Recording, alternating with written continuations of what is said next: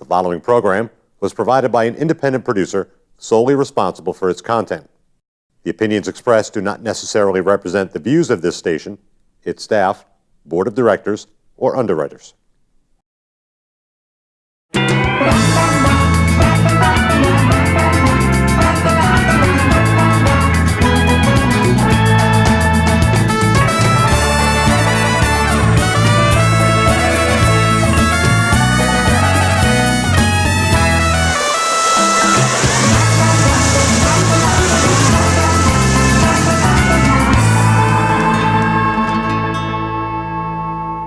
Hello and welcome to the Happiness Jungle TV show. I am your guest host, Cami Baker, and it is crazy out in the jungle, but we have a guest on today that's going to help us with our computer needs and with our kids and helping them be confident and helping to actually fire your computer guy.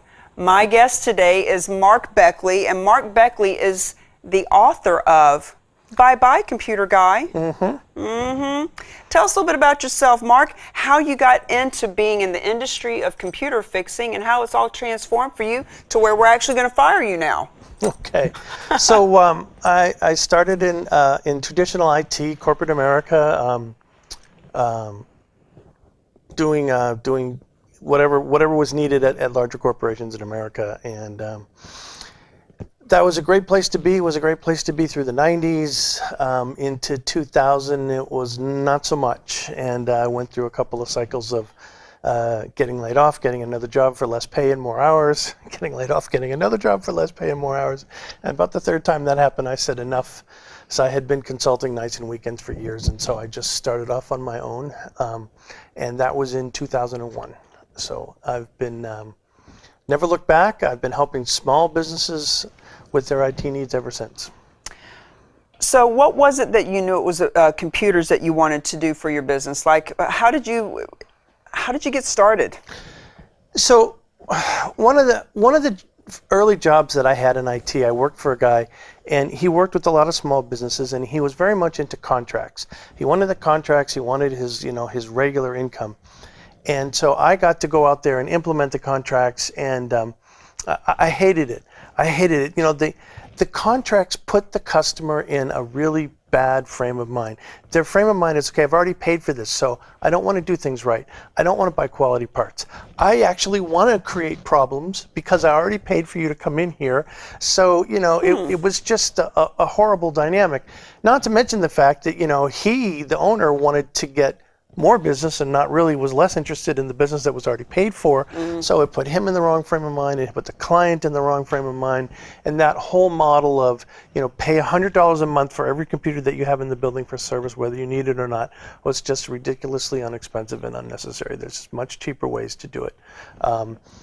Those ways do involve some skill level and learning some basic concepts, and if you do that, your IT budget can go down dramatically.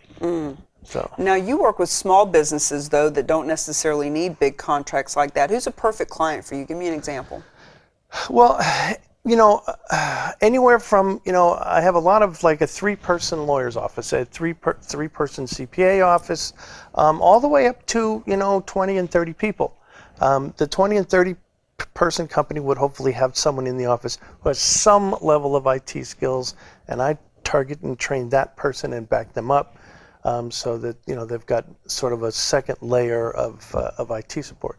But anywhere in that range, you know, what's not a good fit is a big company that's got a rack full of servers that needs 7x24 support and multiple people. And, you know, I have to sleep at night or I'm no good to any of my clients. So, you know, my phone gets turned off at 11 at night and gets turned on at 7 in the morning. And so what do you do for the average person that has 3 to 5 computers, people in their office? What's an average day for you? It varies. It varies with those clients. Some of them, I guess we'll call them service sensitive, and others are price sensitive. And so the service sensitive client says to me, I want a computer over there next week and I want it set up, and so they're not a hands-on person, and I go do it. Then there are, you know, other people who for whom I train the owner and we set up and we document everything, and it's kind of an 80-20 rule. If you have some computer skills and some interest and some time, you can learn how to do approximately 80% of your IT yourself. And I guess the important trick is knowing the difference of knowing when to do it yourself and when to get help. Speaking of which, is you teach people how to work on their own computers. I teach people how to build computers. It's not something that I typically recommend for a business owner, and this is where I love working with kids. I always say, find me a 15-year-old boy who doesn't want to build a computer. And you might find one, but you'd have to look pretty hard. So what I've discovered, it's really not about finding a 15-year-old boy who wants to build a computer. It's about finding a 15-year-old boy who has parents who are willing to invest the money to really build a computer that's going to last. I call it an industrial workstation. It costs about $1,000. To have your son or daughter or grandfather or whatever come to my shop and build it themselves costs $1,000. It's not the cost, it's the investment in the child. Right, So right. just for our viewers to know, not only does Mark help people by fixing their computers and doing their IT services, etc., he also helps people to learn how to fix their own computers, hence the name of his book, Bye Bye Computer Guy, so that we can fix our own computers. But what he's really passionate about is having kids come in and build their own computer with you. Let's talk about the results and the benefits of why it's good. It is a fabulous investment for a parent to actually invest in their child by having them build their own computer. Yeah, it's a remarkably pleasant experience, and it's remarkable how much fun it can be to teach kids something they want to learn. And the kids are just generally, some more than others. But the best story is a 7th grader who came to my shop, and his mother said the usual stuff to me. I don't know how he's going to do this. He can't sit still for 10 minutes. I've never seen him sit still for 10 minutes in his entire life, so I'm not sure how this is going to work. So she brought him over, and she sat and watched. I think that she wanted to see how long he was actually going to sit still. And an hour and a half later, there had been some shuffling around or something as we were looking at components and stuff and talking, but he was still sitting in the same seat an hour and a half later, and she got up and said, "Well, I've got errands I've got to do today. Call me when this is done, and I'll give my son a ride home." And we went on to build that computer, and delightful time working with this young man, building the computer. He came in at 9 o'clock in the morning. At 4 o'clock in the afternoon, he got to take his computer that he built home. And I saw his mother in the grocery store several weeks later, and she stopped me and she said to me, I have to tell you, my son, he's a different person. He was, he's the biggest slob that you've ever met. I don't think he's ever put anything away. And when he brought that computer home, he cleaned his desk. And I don't mean he went like this, which is what he would usually do, is just sweep everything on the floor. He went downstairs and he got Pledge and he got a rag and he cleaned the desk. And he put the computer on it and he set it all up. And a couple of days later, he had a friend over, and I heard him say to his friend, "Don't touch that machine, you're gonna get fingerprints on it." So, there was a remarkable transformation here, and that transformation is around confidence. The confidence that it gave that kid that he built that machine himself. That was his machine. He built it from scratch. He knows now, having completed that build, how to take care of it, how to keep the antivirus and the drivers updated, and to add on to that machine down the road. So it was a tremendous confidence, tremendous ownership, and if you compare that to, had she taken him to Walmart, like a lot of the parents I talked to, and bought him a $359 computer, it would have been a different experience. There would have been no ownership. There wouldn't have been, that level of investment and so forth. And the machine probably would have been in a landfill in 2 years. Mm-hmm. And then they would have started over again. So on what I call the disposable computing treadmill, the price is $359, but you're probably not going to get out of there for $500. And 18 to 24 months later, you're in there buying another one. So right there, you've already made that $1,000 investment that you could have made and had your kid build the machine and have really a lifetime computer, because all those components can be replaced and upgraded. And and there's so many kids that will build that computer with you and actually realize, wow, I can do this. Like, this is a great career path, or this is something that I would be interested in learning more about. And I know I've experienced spending some quality time with you. You're awesome with kids. You get them to really open up, and they just feel so comfortable around you. And I've seen you give quite a bit of business advice, and they tend to leave very inspired. Talk about that. Well, I've been coaching for a while. I coached Little League, I coached football, I coached soccer for a little bit, I coached wrestling. And it's actually a funny story. My youngest son, I'd been kind of following around, coaching Little League and football and the middle school science team, and he got to the high school, and I went to talk to the high school science team, and he pulled me aside and said to me, "Dad, why don't you give it a rest?" So he wanted to be on his own. So I stayed coaching at the middle school science team. That is the Coolidge Middle School in Reading, Mass. They have been state champions 25 out of the last 26 years. I've been coaching there for 9 years, and I've been coaching state champions for 9 years. So I tend to give kids as much as they can soak up. And you can tell when their eyes glaze over, when they've had it, and when they're not following you, and you sort of watch for the details. And, I get into Ohm's Law, I get into all kinds of business sense, like kind of look at them, trying to encourage them. Are they more on the mechanical side? Are they more on the civil side? Are they interested in engineering? Do they understand what engineering is?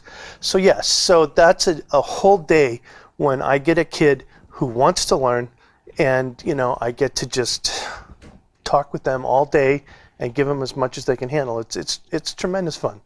Still, like I said, teaching kids stuff they want to learn is a lot of fun.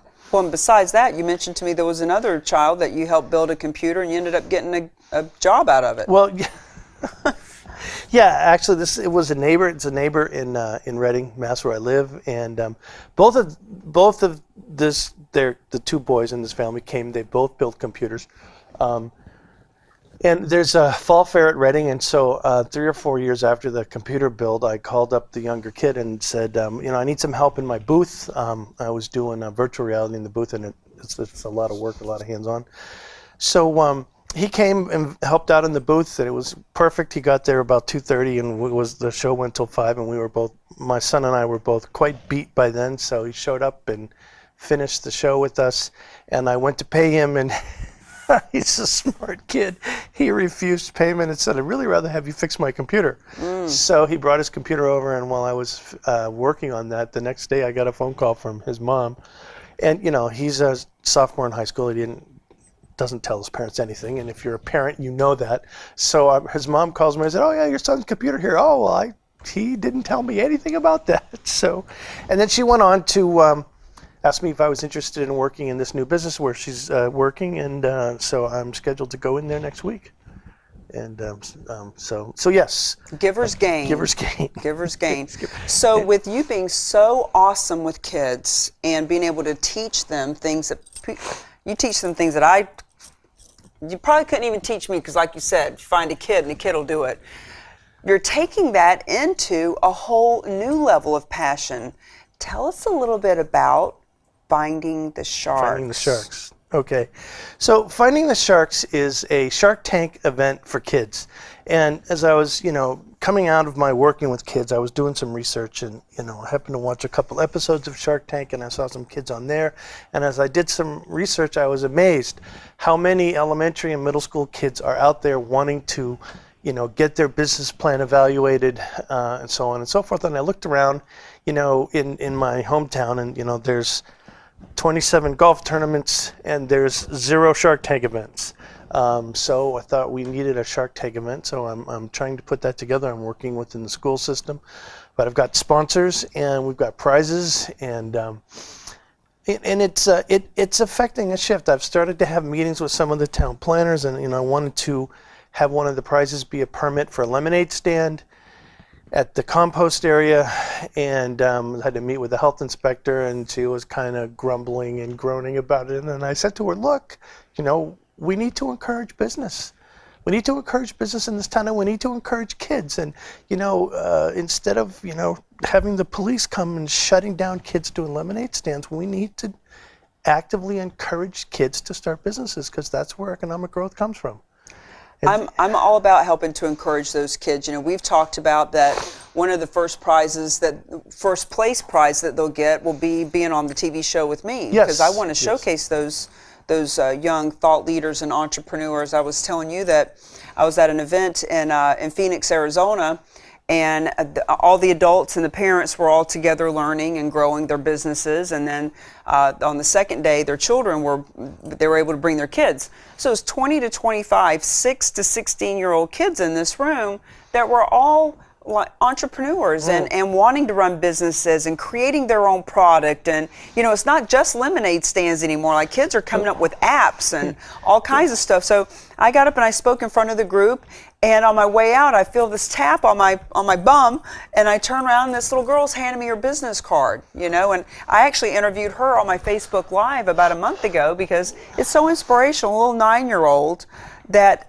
has the vision and the mindset and is creating a product. Her thing is bath bombs. You throw the bomb in the bathtub and it fizzes and all that. But she learned how to make them. She learned how to find the material. I mean, her mother helped, but get the material, actually make it and package it, and a logo and business cards. I'm like, where was the help when I needed it when I was 8, 9 years old? Right.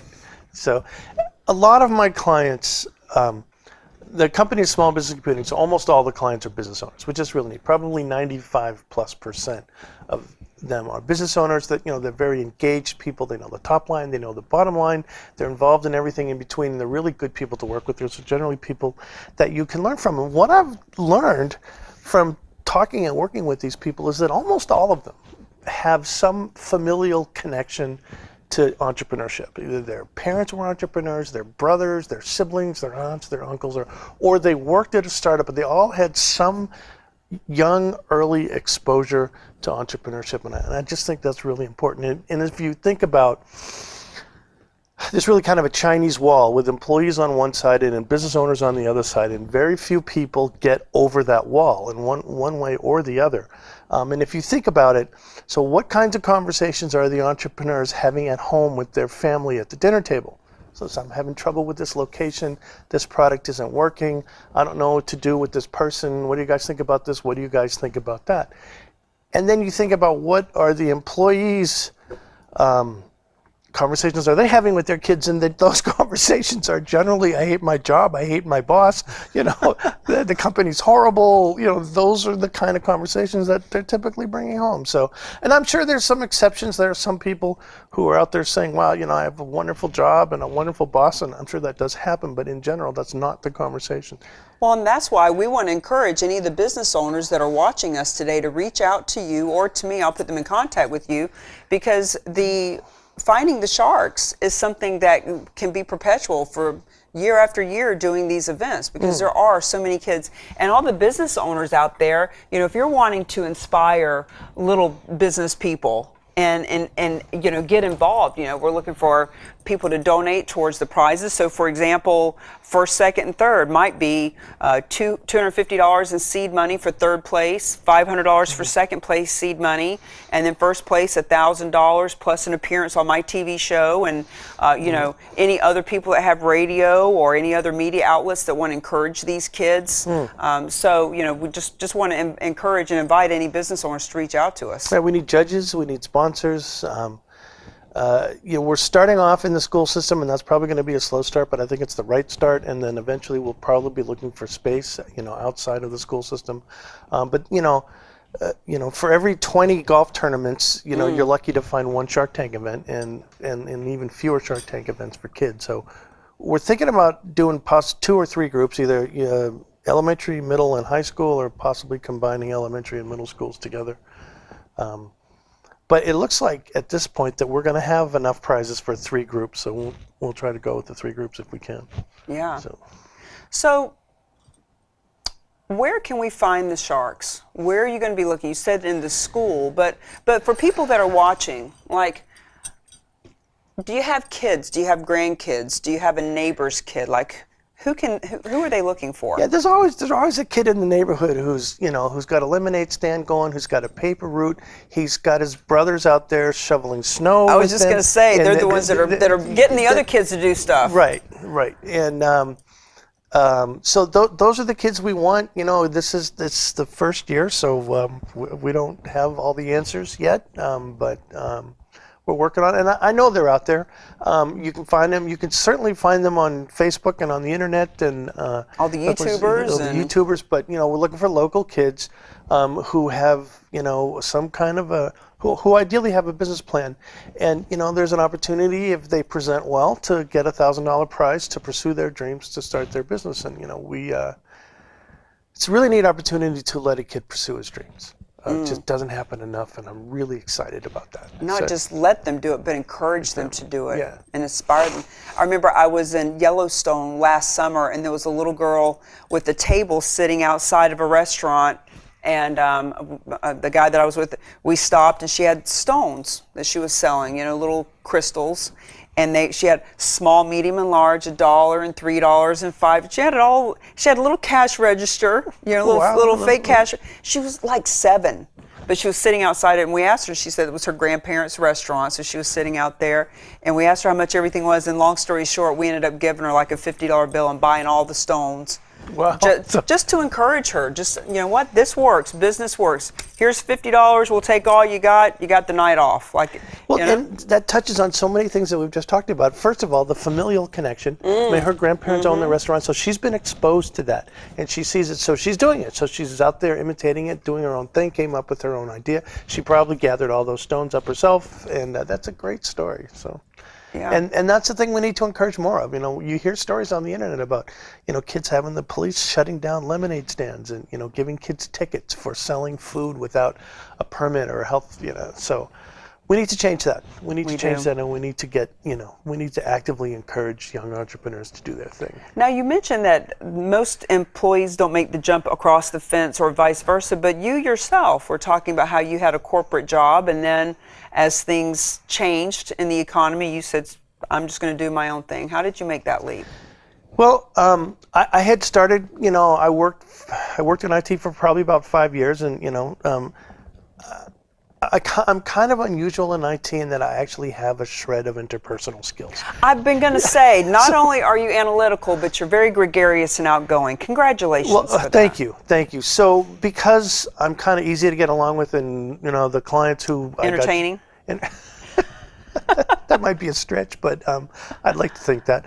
So the clients who I worked with, a lot of them enjoyed working with me, and a lot of them, asked me if did I want to do this, did I want to do that, and over time, I built up a small consulting business where I was consulting nights and weekends, and when the corporate jobs dried up and the economy got tough, it was kind of an easy jump to make. I had probably 3 or 4 months worth of work backlogged, and my wife was a nervous wreck, but it worked out. It worked out, and it's not an easy jump to make, but having the business already there, having a billing system, having parts and processes in place, it made the jump pretty easy. Nice. Compared to quitting your job, right, and then cold figuring out what you turkey, want, and then figuring out how to do the business. And I think the biggest hurdle is probably not having income for a year as you set up the business. Well, I didn't have that hurdle because it was already an ongoing business that I just had to ramp it up a little bit. Let's talk a little bit about your book before we run out of time. So tell us the premise of the book and what we can expect when we read it. If you look at the corporate side of IT and you talk to marketers and people working with those folks, what you'll hear is the term create a dependency.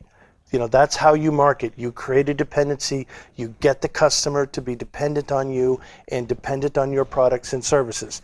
And I'm trying to do the opposite. I'm trying to cut people loose and cut people free, because a lot of those dependencies are really contrived, and they're hiding information, and they're doing all kinds of things that are not serving the client. They're more interested in creating an annuity for the IT firm than they are in actually serving the client's needs. Now, for larger corporations, there's a real need and there's a fit, and it works. But if you've got a 5-man company with 5 computers, no rack full of servers, never going to have a rack full of servers, and you'll hear things from the IT folks like, well, we're really not comfortable sending someone out to scan your hard drive for viruses at $175 an hour or whatever. And, that's what the client needs.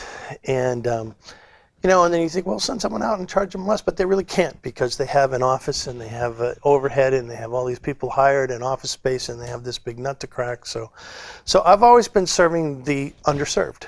And you can hire big name IT firm and you can pay them $250 an hour, but you're still not going to be a premier client because you don't have a rack full of servers and you're never going to have a rack full of servers. So how does that client get good service? And so there's two kind of ways. I mean, finding a really good IT person, if you're service sensitive and you don't want to do any of it yourself, then you're kind of dependent on finding the right IT person. And I think in that case, it's really important that you document everything.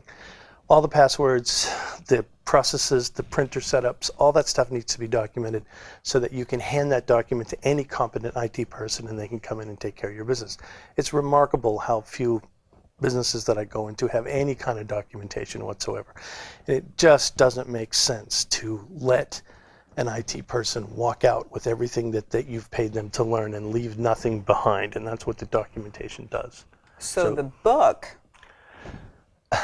is about firing Yes, that the person book and is doing it about learning yourself. how to do this stuff and knowing what the 80% that you can and should do yourself and documenting that, and then hiring the IT person for the 20% for the network infrastructure, the rebuilds, and all of that stuff. So have you dummied it down so that we can understand how to fix our own computer? I've tried to walk a line there, and I believe deeply that anyone who can run a business can do basic IT, the basic stuff, setting up printers, setting up mail, and all that kind of stuff. So no, yes and no. I don't. I think that dumbing it, I was advised to dumb it down to the 5th grade level, and I think that would be a disservice to my clients. So it's kind of more on a sophomore high school level. If you can run a business, you can operate a computer, and you can do basic IT, and the book tells you how.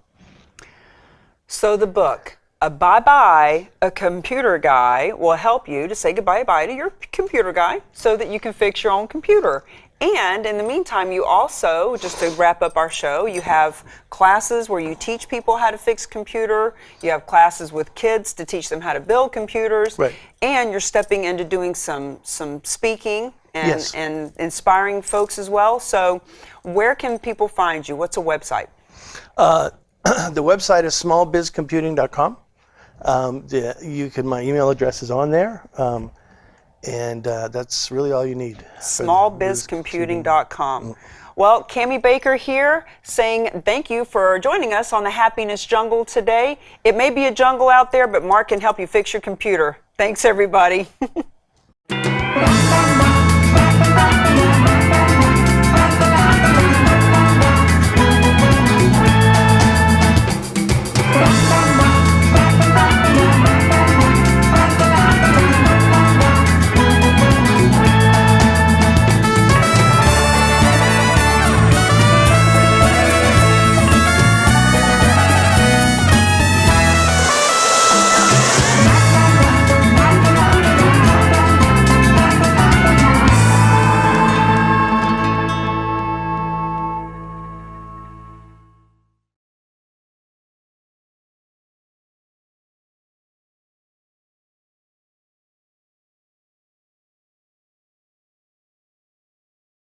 The preceding program was provided by an independent producer solely responsible for its content.